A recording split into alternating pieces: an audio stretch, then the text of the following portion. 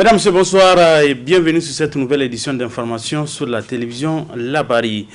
La situation météorologique au Niger se présente de façon significative sur l'ensemble du territoire national. C'est ce qui a relevé une de nos équipes ce jour en se rendant à la météorologie nationale qui décrit une situation qui peut être propice pour une bonne campagne agricole 2022. Le reportage est signé Bouakar Ibrahim. Bien que mal partie concernant certaines parties du pays, la saison pluvieuse 2022 s'est à ce jour installée de façon définitive sur l'ensemble du territoire national. Malgré les quelques pluies soudaines et abondantes enregistrées et qui n'ont pas été sans conséquences, la saison est globalement estimable selon la direction de la météorologie. Les premières pluies utiles pour la production, pour les cultures, ont commencé à être enregistrées au cours de la deuxième décade de juin, c'est-à-dire entre le 10 et le 20 juin. Maintenant, définitivement, de la troisième décade de juin, voire la première décade du mois de juillet, la saison s'est installée sur le pays. Et donc, de façon globale, nous constatons une bonne répartition des précipitations, n'est-ce pas, surtout sur la partie est et centre du Niger. C'est-à-dire nous avons fréquemment des activités pluvio-orageuses sur les régions de Difa, Zender, Maradi et également sur le sud Ader. Mais le constat que nous faisons depuis le début de la saison, il y a eu quand même une pause pluviométrique assez prolongée, surtout sur la partie ouest, c'est-à-dire une partie de Tawa, la boucle du Niger, une partie de Tawa, Tillabéri, Niamey et Dosso. Donc ce qui fait en sorte qu'actuellement, la situation tend vers la normale à déficitaire sur la partie ouest du Niger. La tendance pourrait se poursuivre jusqu'en fin septembre selon toujours le chef de division de la prévision. Pour les perspectives que nous pouvons faire, c'est-à-dire les tendances restent toujours les mêmes. La dynamique météorologique, quand je parle de dynamique, c'est-à-dire nous avons une bonne pénétration de la mousson. Le front intertropical, c'est-à-dire la poussée de la mousson humide, se trouve sur le Diado. Le Diado, c'est-à-dire la frontière entre le Niger et la Libye. C'est-à-dire que nous avons quand même une bonne pénétration de l'air humide. Nous avons aussi, comment dirais-je, des tourbillons, ce qu'on appelle les systèmes climatiques qui sont très favorables au développement d'activités pluvio-orageuses. Donc, pour les jours à venir, les activités pluvio-orageuses vont continuer, c'est-à-dire la période du 26 août au 3 septembre. Les modèles prévoient des quantités de pluie assez importantes sur la base sud du pays, c'est-à-dire de Difa jusqu'à Tillabéri, avec des probabilités de 100 à 150 mm. Également, la première décade du mois de septembre, c'est-à-dire du 1er au 10 septembre 2022, là aussi, avec nos analyses et nos prévisions, nous constatons que l'air humide restera toujours sur la partie nord du Niger. Ça veut dire que le front intertropical n'a pas encore amorcé sa descente vers le sud. Donc, ce qui est synonyme de la continuité d'activités pluvio-orageuses. À rappeler que si la tendance se maintient telle qu'elle a été estimée, l'on peut probablement s'attendre à un meilleur rendement des cultures vivrières pouvant éviter au Niger les conséquences d'une crise alimentaire. Les inondations 2022 au Niger, les autorités continuent à gérer la situation des sinistrés enregistrés à cette date. Ils sont plus de 87 000 personnes sinistrées au plan national et plus de 50 personnes sont décédées. C'est pourquoi la direction de la protection civile appelle les populations à plus de vigilance. Le point avec Hassan Saleh Moustapha. La saison des pluies 2022 est particulière au Niger cette année. Sa particularité est qu'il pleut abondamment sur l'ensemble du pays, des précipitations réparties dans le temps et dans l'espace à la grande satisfaction des paysans. Cependant, ces importantes précipitations ont malheureusement occasionné d'énormes dégâts matériels et humains dans toutes les régions victimes d'inondations qui ont fait, à la date du 24 août 2022, 87 764 personnes sinistrées avec 53 pertes en vies humaines dans les 8 régions du Niger. En termes de sinistrés, c'est la région des Zender qui est la plus affectée avec 39 106 personnes sinistrées. Elle est suivie de Difa avec 15 470 et c'est la région d'Agadez qui est la moins touchée avec 368 personnes sinistrées qui ont été recensées. Relativement au nombre de décès enregistrés cette année, c'est la région de Maradi qui a le plus grand nombre de personnes décédées. 17 personnes enregistrées, dont 13 par effondrement et 4 par noyade. Zender vient avec 16 décès, dont 6 par effondrement et 10 par noyade. Et c'est Tillabéri qui est la moins endeuillée, avec un décès qui a été enregistré selon les dernières données de la direction de la préparation de l'alerte de la gestion des catastrophes, des données qui pourraient toutefois évoluer car de grosses pluies sont encore attendues au Niger courant ce mois d'août 2022 selon les prévisions des services de la météorologie nationale. La suite de cette édition avec cette rencontre d'échange autour des questions liées aux droits humains entre les acteurs des médias de la région de Niamey. C'est une initiative du réseau des journalistes pour les droits de l'homme RJDH qui s'inscrit dans le cadre du lancement du projet Mobilisation et engagement citoyen pour la promotion des droits humains au Niger financé par l'ambassade de France au Niger. Le compte rendu est signé Hamza Sakou. Ils sont au total 25 journalistes de la presse publique et privée de Niamey à prendre part à cette rencontre pédagogique sur les droits humains au Niger.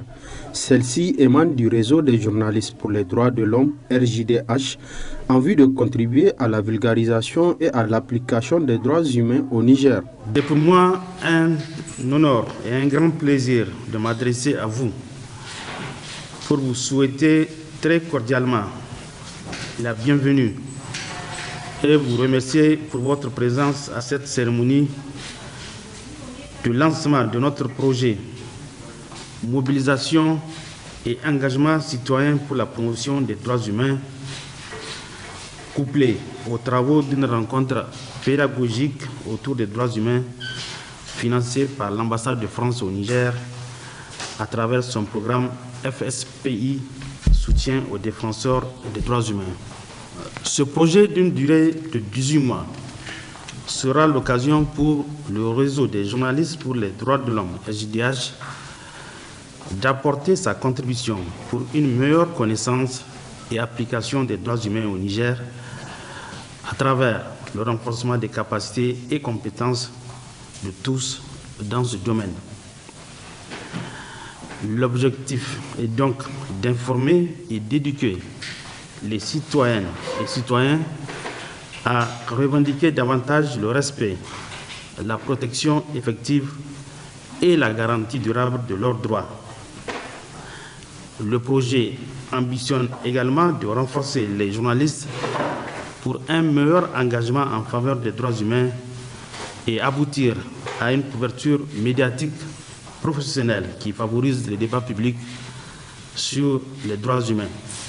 Une occasion aussi pour le réseau des journalistes pour les droits humains de rappeler les objectifs assignés à cette rencontre avant de marquer ses sentiments de reconnaissance à l'ambassade de France. Les objectifs de cette rencontre pédagogique autour des droits humains visent entre autres le renforcement des connaissances des journalistes sur les droits humains pour vous-même et pour la société en général. Dans cet environnement marqué par plusieurs défis, des journalistes bien outillés sur les droits humains contribueront à atteindre un objectif, celui d'un monde juste, équitable et pour la jouissance des droits humains.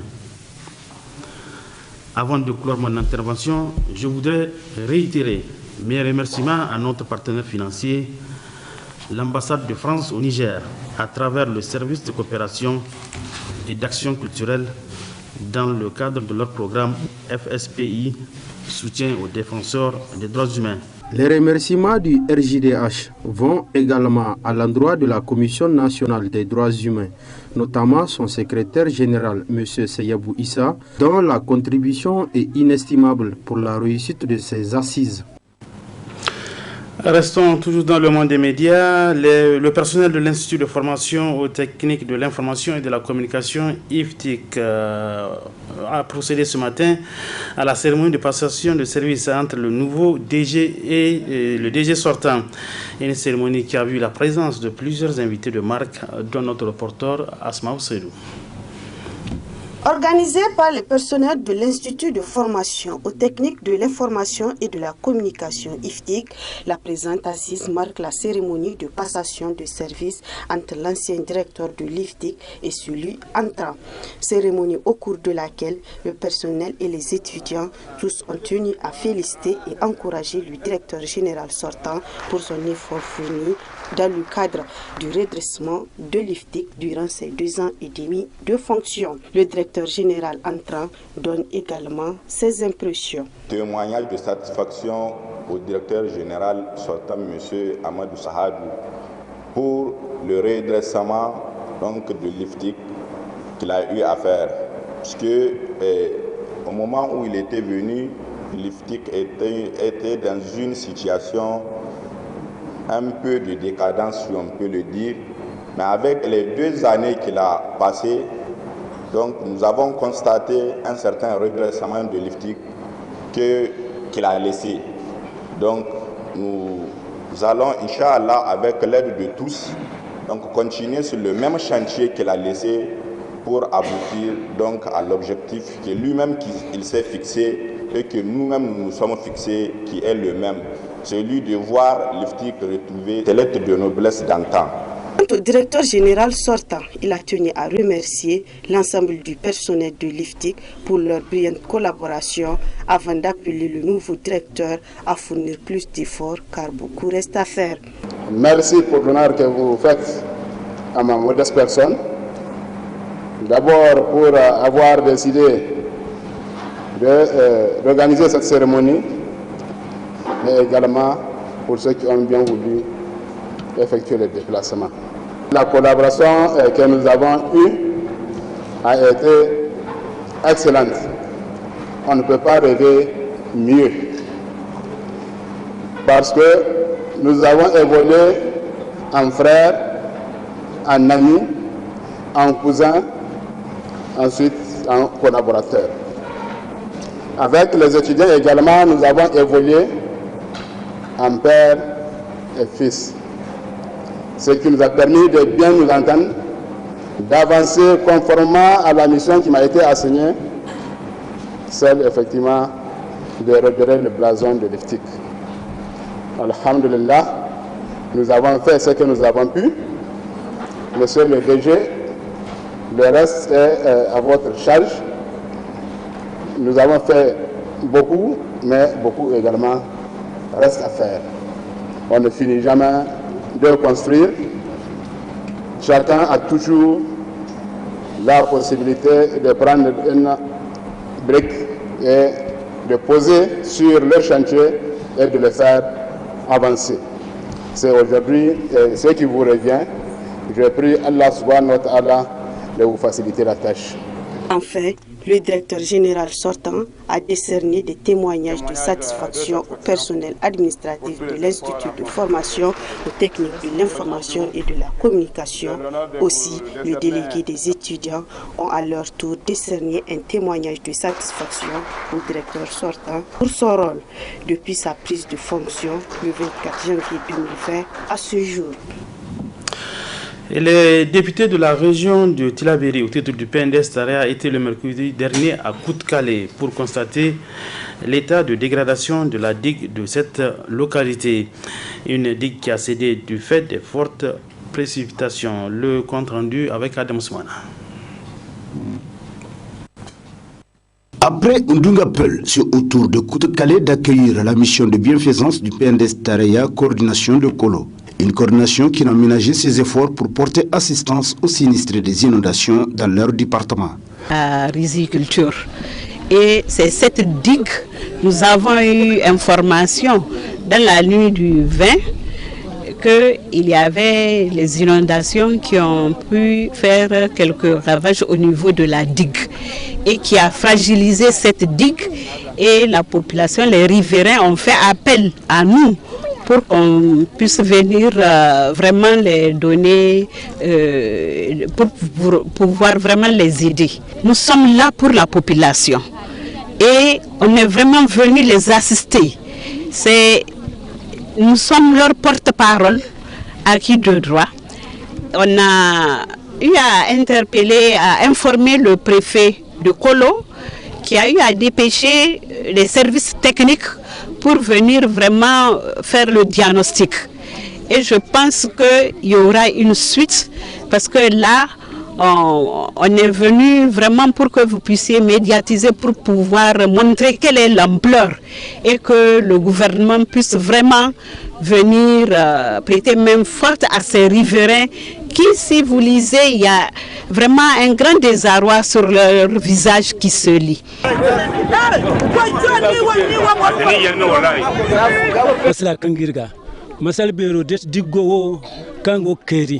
kumuno timasal bero kanga irga zaman kuna bor kursi kani hal diggo no hal mogbo hanum dimat kago akanda dimatun de kursi la kalkaniga so keo kairgo no gom to sedetu amin no gag sine dine zama al faraya go ngayina kutte zamo biya bone wonigo. Notre problème, c'est la digue qui est en train de céder, toute chose qui nous empêche même de dormir. Nous lançons un appel au gouvernement pour nous porter secours, car nous avons fait tout le possible pour arranger cette digue. La présence des députés à nos côtés aujourd'hui nous réconforte beaucoup.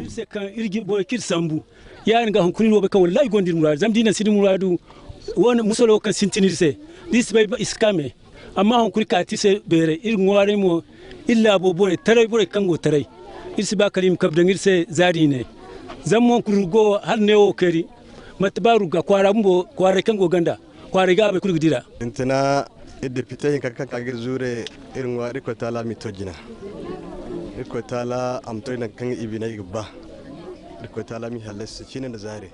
Que Dieu assiste à ces députés qui sont venus voir dans quelle situation nous sommes. Aussi, nous leur demandons de porter nos doléances à qui de droit.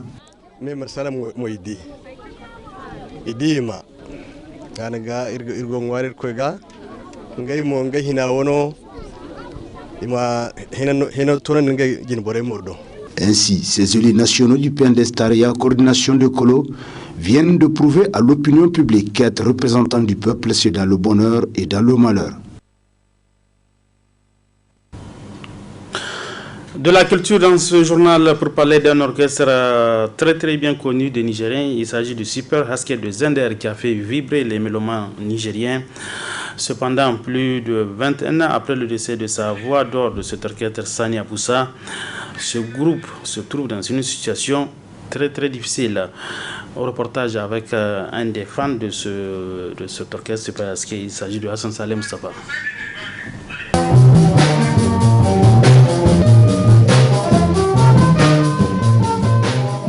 Ce groupe est né d'une fusion entre deux orchestres qui ont fait vivre Zander en particulier et l'ensemble du pays en général.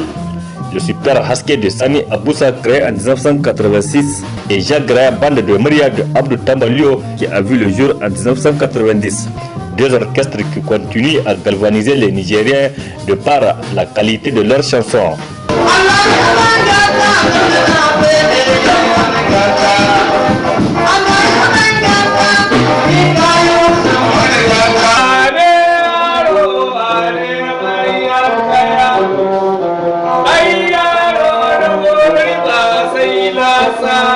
De compositions qui véhiculent des messages très riches en enseignement, de compositions donc qui trouvent leur originalité dans la vie sociale. Malheureusement, ces deux groupes qui avaient cartonné pendant des années se trouvent de nos jours dans une situation terrorisante. Une situation que déplore Ousmane Damala, un des fondateurs de l'orchestre Super Haske de Zander.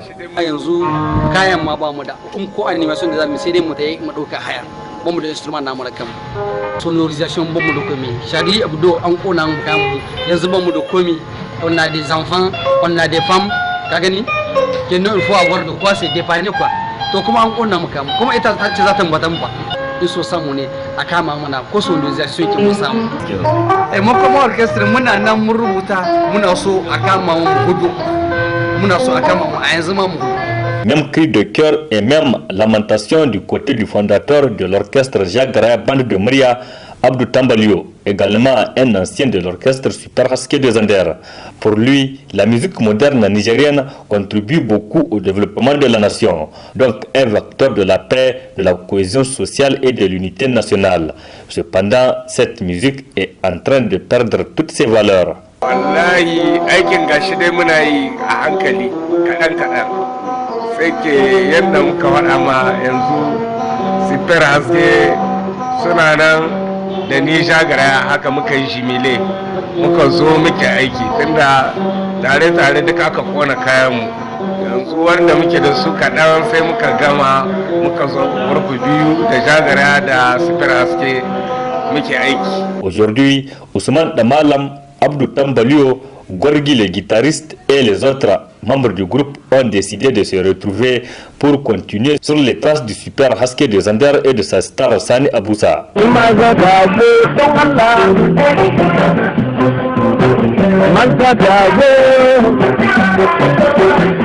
Un artiste complet qui a su conquérir le cœur des Nigériens à travers ses compositions originales très instructives. To aka sani mu waƙoƙin mu da muke na Super Haske waƙoƙin mu da muke ba waƙoƙi bane na roƙo waƙoƙin da muke na sensibilisation na wayar da kai waƙoƙi na sensibilisation na wayar da kai mu su ne muke yi na tarihi su ne muke yi mu waƙoƙi da muke irin na gargajiya ne irin na sensibilisation na faɗakarwa na waye kai na jama'a shi ne muke ba irin wannan na roƙo ba.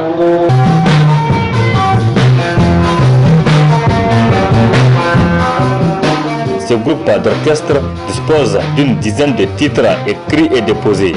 Des chansons qui parlent de réalités socio-culturelles et historiques du pays en général et de la région des Andes en particulier. Mais faute de moyens et de soutien, ces titres ne sont jusque-là pas composés et le groupe se débrouille à travers des soirées animées tous les jours par Ousmane Damalam, Abdou Tambalio, le célèbre guitariste du Super Haske, Gorgui et les autres. Voilà, merci bien Hassan Saleh Moustapha. Et il faut sauver cet orchestre Super Haske de Zander.